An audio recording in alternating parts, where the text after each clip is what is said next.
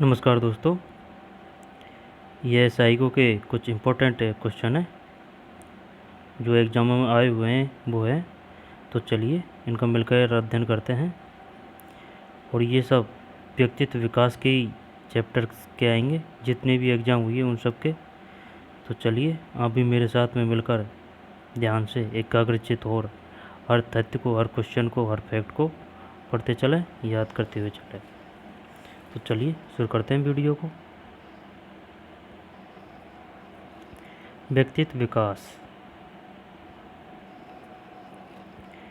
निम्नलिखित में से कौन सा स्पेंजर के द्वारा दिया गया व्यक्तित्व का वर्गीकरण नहीं है?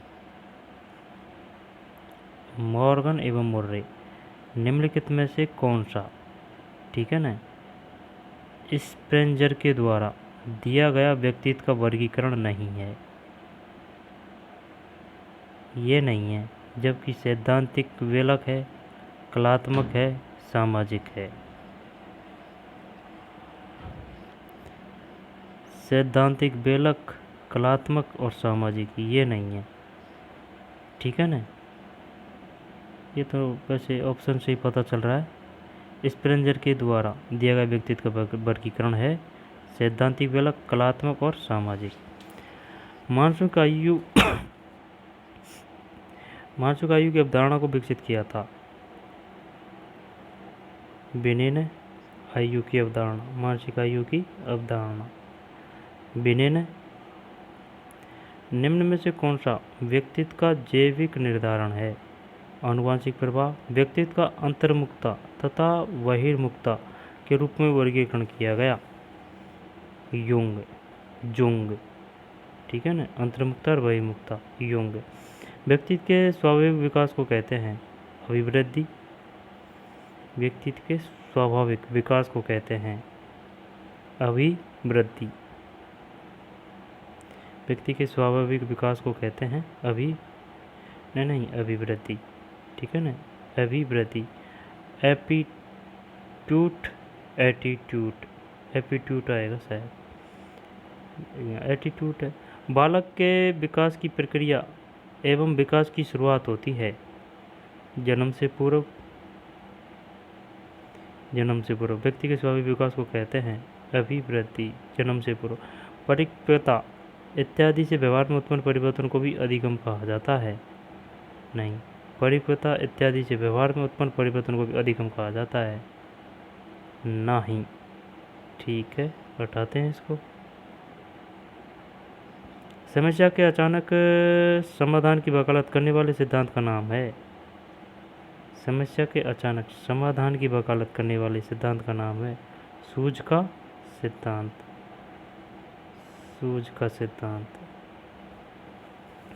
समस्या के अचानक समाधान की वकालत करने वाले सिद्धांत का नाम है सूझ का सिद्धांत, ठीक है। समस्या के अचानक समाधान की वकालत करने वाला सूझ का सिद्धांत, ये चिंपांजी पर गेस्टाल्टवादी। शैक्षिक दृष्टि से बाल विकास की अवस्थाएं हैं शैशवावस्था, बाल्यावस्था, किशोरावस्था, उपयुक्त तीनों। शैक्षिक दृष्टि से बाल विकास की अवस्थाएं हैं शैशवावस्था, बाल्यावस्था, किशोरावस्था, उपयुक्त तीनों, ठीक है ना। मानव की वृद्धि एवं विकास की प्रक्रिया निम्न में से किस सिद्धांत पर आधारित है? विकास की दिशा का सिद्धांत, परस्पर संबंध का सिद्धांत, व्यक्तिगत भिन्नता का सिद्धांत, उपरोक्त सभी। स्किनर के अनुसार विकास के स्वरूपों में, स्किनर के अनुसार है, विकास के स्वरूपों में व्यापक व्यक्तिगत भिन्नताएं होती है। यह विचार विकास के किस सिद्धांत के संदर्भ में है? एमपीटेट 2016। व्यक्तिगत भिन्नता का सिद्धांत। स्किनर के अनुसार विकास के स्वरूपों में व्यापक व्यक्तिगत भिन्नताएं होती है। यह विचार विकास के किस सिद्धांत के संदर्भ में है? व्यक्तिगत भिन्नता का सिद्धांत। स्वयं प्रत्यय विकसित होता है स्वधारणा तथा लोगों की धारणा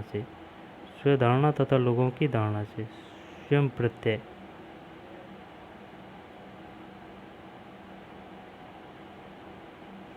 समायोजन के संदर्भ में निम्नलिखित कौन सा कथन सही नहीं है? ये नहीं है, जबकि यह समस्या समाधान करता है, ठीक है। यह संतुलन प्रदान करता है। समायोजन की अनुपस्थिति में व्यक्ति तनाव, संघर्ष और चिंता से घिरा रहता है। आधुनिक मनोवैज्ञानिकों ने कौन से कारकों को संवेगात्मक विकास के लिए उत्तरदायी माना है? परिपक्वता एवं अधिगम। आधुनिक मनोवैज्ञानिकों ने कौन से कारकों को संवेगात्मक विकास के लिए उत्तरदायी माना है? परिपक्वता एवं अधिगम।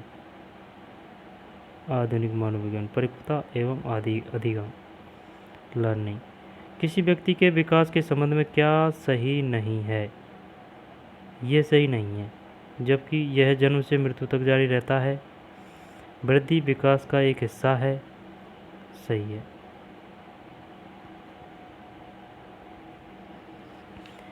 ये थर्ड है ना जो ऑप्शन, ये लुभावना ऑप्शन है।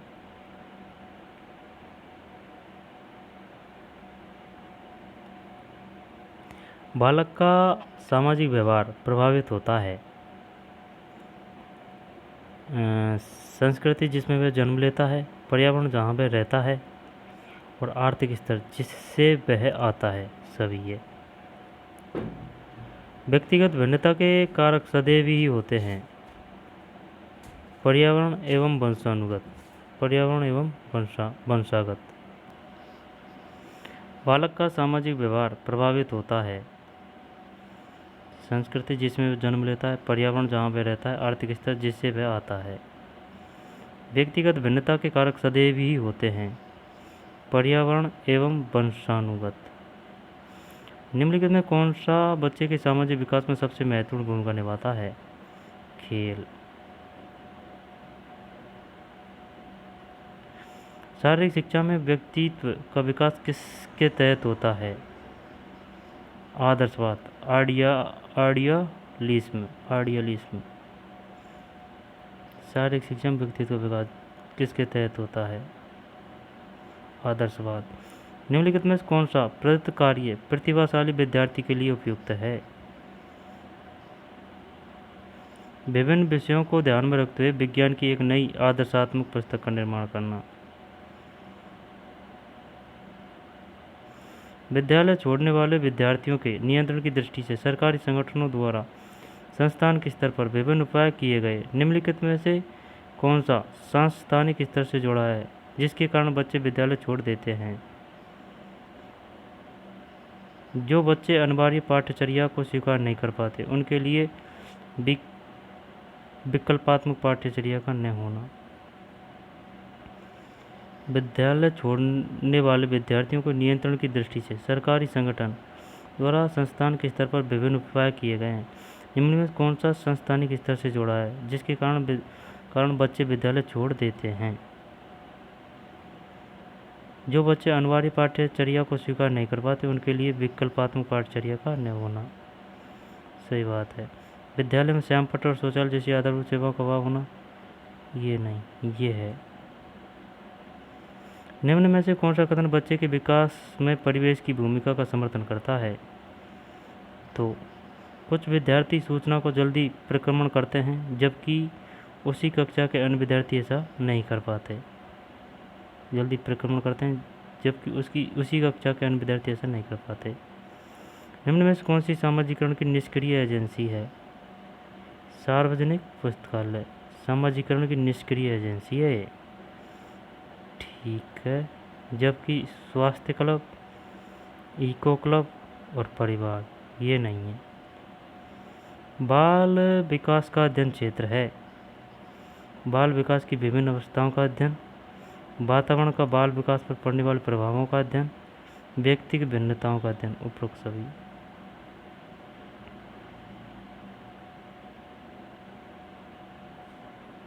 अपने ऊर्जा बल को बाहर की ओर अभिव्यक्त करने वाले व्यक्ति का प्रकार होता है कलात्मक व्यक्तित्व।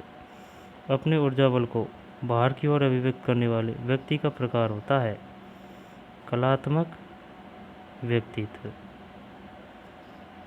अपने ऊर्जा बल को बाहर की ओर अभिव्यक्त करने वाले व्यक्ति का प्रकार होता है कलात्मक व्यक्तित्व।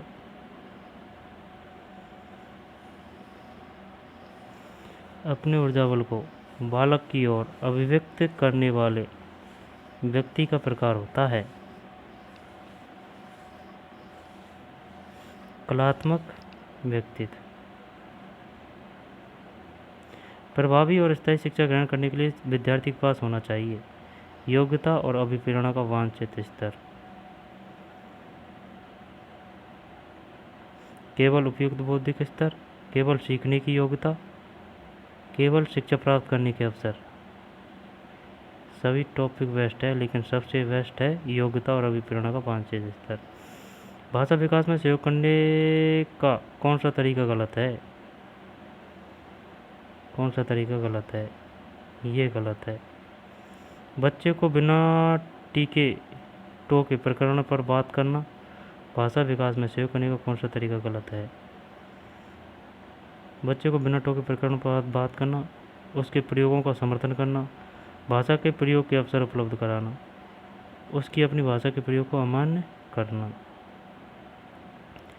व्यक्ति जब दूसरे व्यक्ति को कुछ कार्य करते, ठीक है ना, ये उसकी अपनी भाषा के प्रयोग को अमान्य नहीं आएगा इसमें, मान्य करना।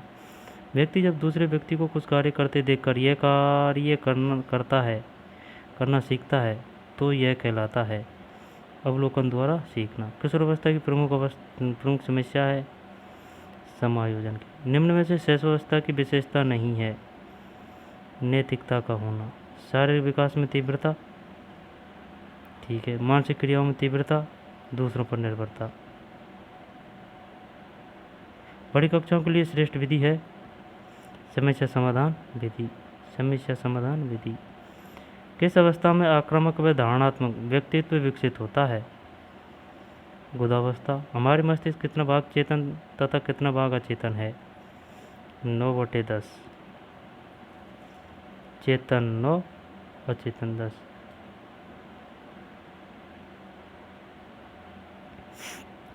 निम्नलिखित में से कौन सा संवेग युयुत्सा की मूल प्रवृत्ति से संबंधित है? युयुत्सा, क्रोध। निम्न में से कौन सा व्यक्तित्व का भाग तार्किक रूप से नियंत्रित है जो कि वास्तविकता के नियम पर आधारित है? परायण। निम्न में से कौन सा व्यक्तित्व का भाग तार्किक के रूप से नियंत्रित है जो कि वास्तविकता के नियम पर आधारित है? परायण। निम्न में से कौन सा व्यक्तित्व का भाग तार्किक रूप से नियंत्रित है जो कि वास्तविकता के नियम पर आधारित है? परायण। फ्रायड के अनुसार किस अवस्था में काम इच्छाएं सापेक्ष रूप से निष्क्रिय रहती है? प्रसुप्ति। फ्रायड। निम्न में से कौन सा हमारे इंद्रिय सुख की इच्छाओं का भंडार गृह है? अहम। निम्नलिखित में से कौन सी विशेषताएं एक समेकित व्यक्तित्व वाले व्यक्ति की विशेषता नहीं है? ये नहीं है। उसका एक ही मूल्य मापक्रम होता है, उसका सही आत्म प्रत्यय होता है, उसका जीवन के प्रति यथार्थवादी दृष्टिकोण होता है।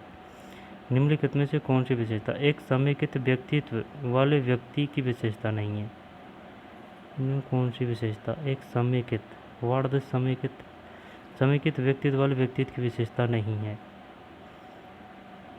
उसका एक ही मूल्य मापक्रम होता है, उसका सही आत्म प्रत्यय होता है, उसका जीवन के प्रति यथार्थवादी दृष्टिकोण होता है।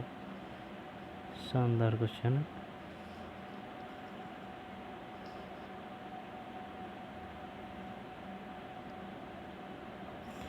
अत्यधिक वाचाल, प्रसन्नचित्त और सामाजिक प्रवृत्ति के व्यक्ति के व्यक्तित्व के युग को युंग ने नाम दिया बहुर्मुखी। पीएफ प्रश्नावली द्वारा बनाई गई केटल। पीएफ प्रश्नावली द्वारा बनाई गई पीएफ प्रश्नावली द्वारा बनाई गई केटल। पीएफ प्रश्नावली द्वारा बनाई गई केटल द्वारा। आलपोर्ट के अनुसार व्यक्तित्व है।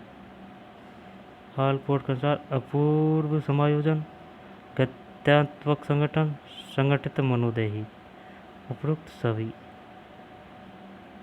आलपोर्ट के अनुसार व्यक्तित्व है अपूर्व समायोजन, संगठित मनोदेहिक और गत्यात्मक संगठन। उपरोक्त सभी।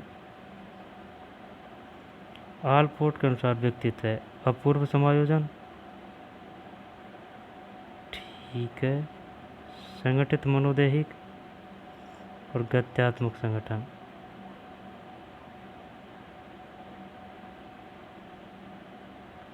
आलपोर्ट के अनुसार व्यक्तित्व है अपूर्व समायोजन,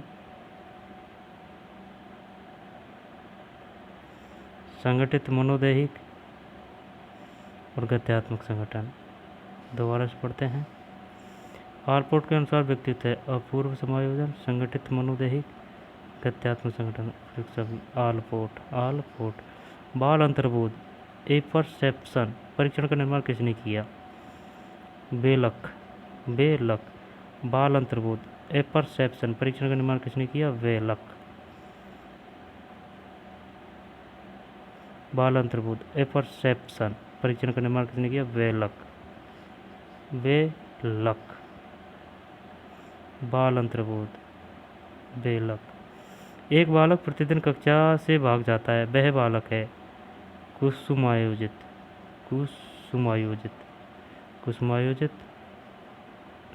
मानसिक स्वास्थ्य को अच्छा रखने के लिए निम्न में कौन सा तरीका सही नहीं है? ये नहीं है। कुछ नज़दीकी विश्वसनीय मित्र हो, कुछ मनोरंजन की अभिरुचि रखें, किसी विश्वास पात्र व्यक्ति से अपनी समस्याओं की चर्चा करें।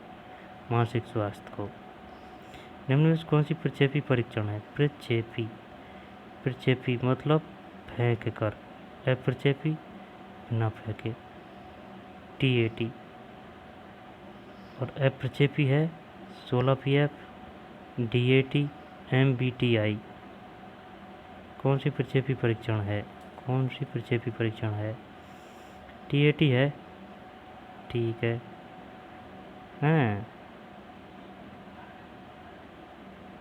प्रक्षेपी परीक्षण है, TAT है। निम्न में कौन सी प्रक्षेपी परीक्षण है? TAT है प्रक्षेपी, जबकि 16PF अप्रक्षेपी, MBTI अप्रक्षेपी, DAT अप्रक्षेपी। 16PF, DAT और MBTI अप्रक्षेपी। प्रक्षेपी TAT। हार्नी के अनुसार मौलिक दुश्चिंता के संप्रत्यय का विकास होता है। हार्नी के अनुसार मौलिक दुश्चिंता के संप्रत्यय का विकास होता है बाल्यावस्था में।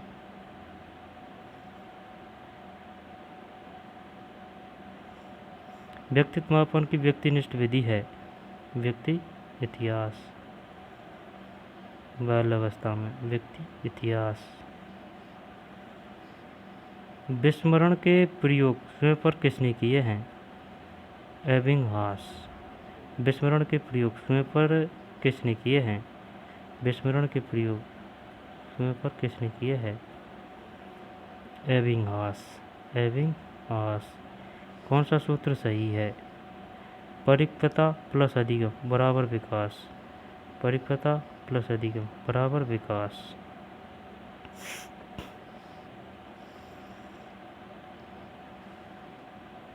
कौन सा सूत्र सही है? परिपक्वता प्लस अधिगम बराबर विकास। परिपक्वता प्लस अधिगम बराबर विकास। ADHD है अवधान विकृति। ADHD अवधान विकृति। ADHD अवधान विकृति। ठीक है, तो दोस्तों आज के लिए इतना ही। मिलते हैं फिर नए वीडियो में यहाँ से ही। तो चलिए, नमस्कार।